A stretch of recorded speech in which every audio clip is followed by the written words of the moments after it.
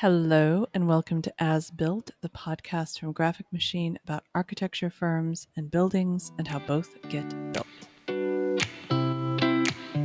I'm your co-host, Patience Jones. With me is Brian Jones. your other co-host. Thanks for joining us. Today we are talking about building consensus. So this has less to do with consensus around probably a specific project or design, and more about consensus around decisions that the firm has to make periodically to keep it growing, to keep it operating. How do you build that? Let's start with why is it important? Well, people have lots of different ideas, and helping people get comfortable with maybe not adopting their initial instinct can be one of the things that happens. But also helping people to understand how a particular choice might impact the larger, broader strategy of the firm is also part of that. So not everybody has all the information all the time, and so that's why this is important. And it really applies whether your model is at I'll call it the dictator end of the spectrum. If your business model is we have one person or two people on top and whatever they say goes and everybody just has to do it, or if at the other end of the spectrum it's we make group decisions and we have a flat structure and everybody needs to have a say, you really need to build consensus no matter where you fall in that spectrum, even if you are a 100% dictator model, because people will be more excited to do the thing that you want to put in place if they feel like it's a good idea or at least not a terrible idea. And you mentioned at the top of the show, like that it's not necessarily small as far as the decisions, but actually building consensus can be important to practice on smaller decisions as you work towards building up consensus on larger things, because trying to do it out of the gate, out of nothing, can be really challenging, I think, sometimes. I think that's right. I also think you have to sort of scale the level of consensus building relative to the import of the decision. So, for example, if you're wanting to switch the type of copy or paper that you use, and I'm probably dating myself by even using copy or paper as an example, but if you're you're thinking, okay, we need to switch copy or paper, that's not probably the kind of decision that merits many meetings and workshop groups and focus groups and whiteboard sessions. That's like minimal effort to consensus building, which really probably amounts more to this is why we're doing this. And if you have any objections, let us know. But you're right about building up that muscle. Yeah. I mean, especially when you get to like one that we often in our space see all the time is when a firm decides to redo its website, is inevitably a prime example of the consensus building opportunity and how critical it is to make sure that it doesn't become a project that is just languishes because nobody can agree on the direction that you want to head in.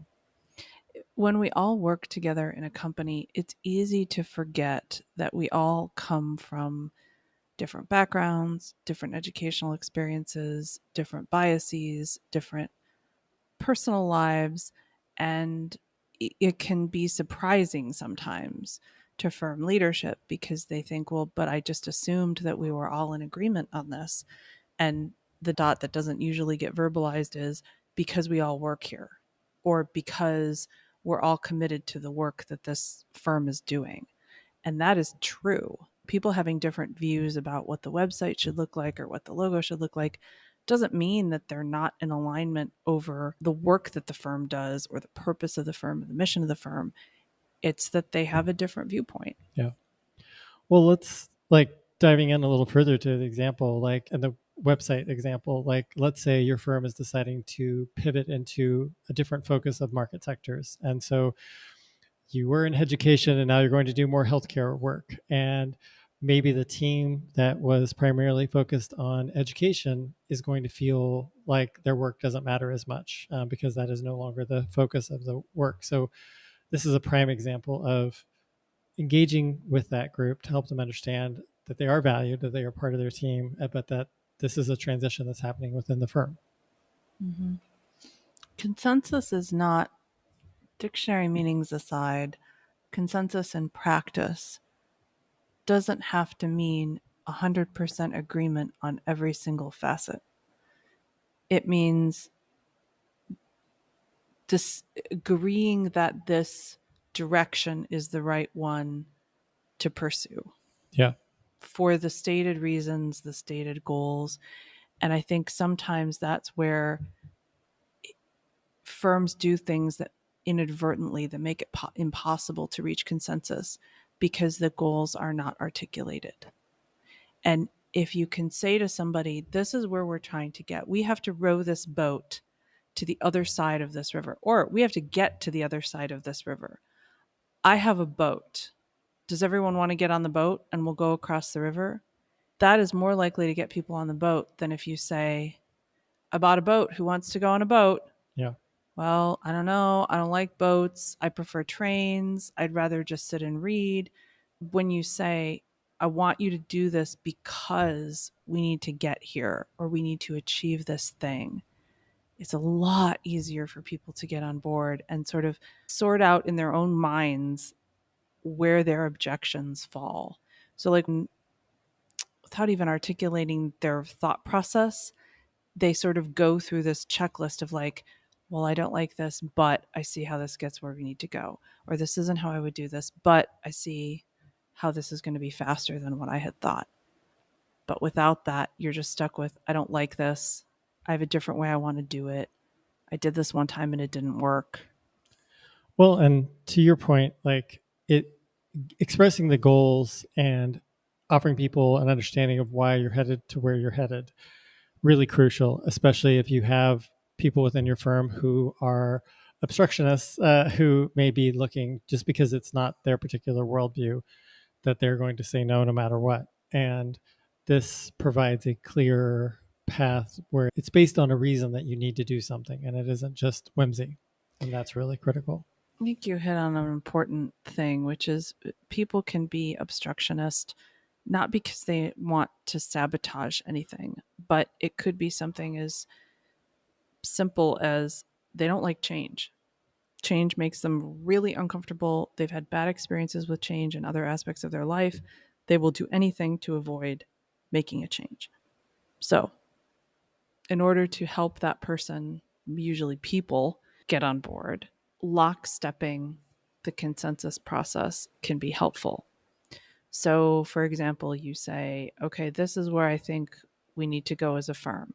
Does everybody agree that's where we need to go? Yes, everybody agrees. Or somebody says, I don't agree, and then you can sort that out. Yeah. Once you've got the agreement on where you need to go, okay, this seems like the easiest, fastest, whatever way to get there. Does everybody agree? And if somebody says, no, I don't agree, then you can sort that out.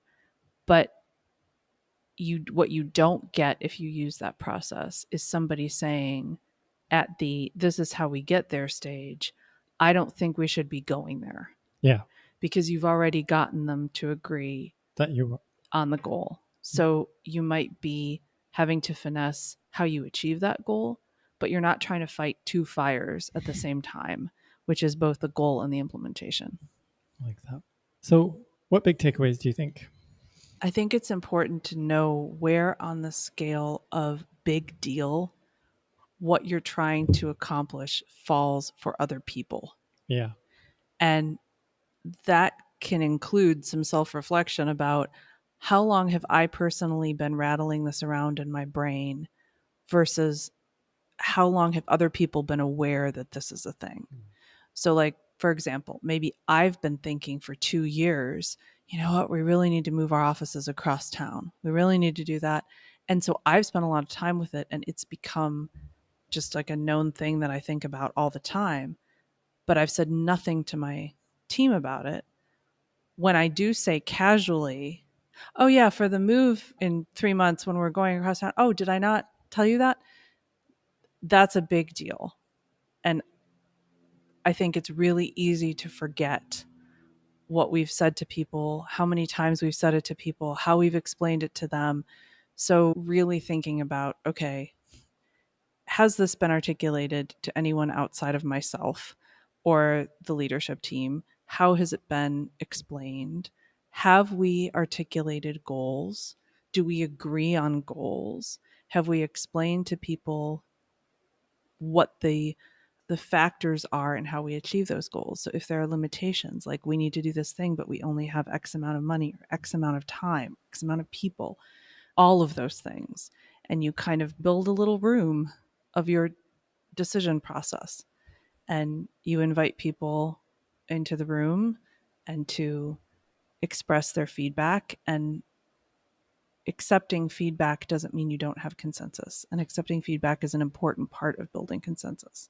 Well, I think the subtext to that, and that's the only thing I'll add to this, is that it's a form of showing people respect. Yeah. And it's a great way to keep your team invested in where you're headed because they feel like they're a part of it. Yeah.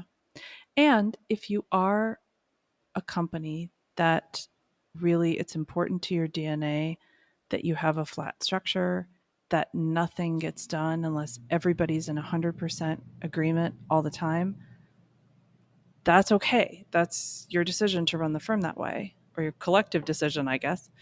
But then you have to build in everything taking a lot longer, because it just takes longer to get more people to agree on anything.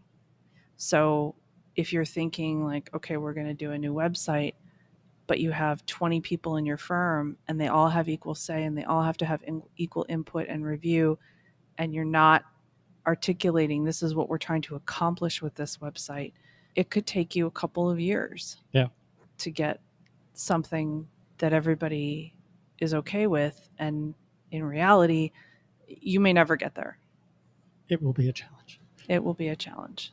And people will get frustrated. And some of those people will leave during the process because they've found jobs somewhere else. And then somebody new comes into the picture and now they have to get caught up and they say, well, I don't like this decision that was made 8 months ago and we need to revisit this. So it's really important to sort of set out the plan. What are we trying to do? Why are we trying to do it? What are the parameters of what we can do? And what's the best path forward? And then be willing to have open discussions with people who don't agree with what the best path forward is, and hear them. And maybe your approach needs to change a little bit. Or maybe they were missing a piece of information, and once they have it, they see, oh, yeah, okay, I get that now. So thank you for, let's see, I don't know, agreeing with us, being in consensus with us. I don't know. Give us feedback. We're here. Thank you for joining us, and we will see you next time.